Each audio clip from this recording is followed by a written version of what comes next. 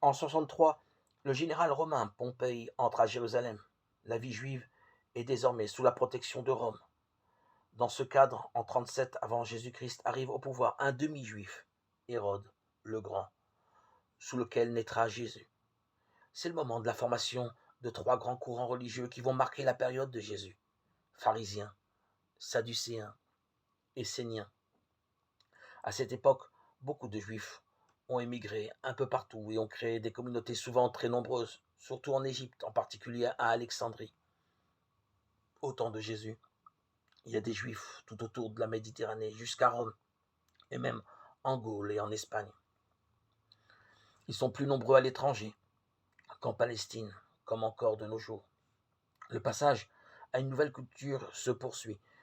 Il se voit dans le dernier livre de l'Ancien Testament, celui de la sagesse rédigé en grec et produit dans la communauté juive d'Alexandrie. C'est un essai adressé à des juifs hellénisés et à travers eux au monde égyptien et grec. Avec le livre de la sagesse, les textes de l'Ancien Testament sont achevés.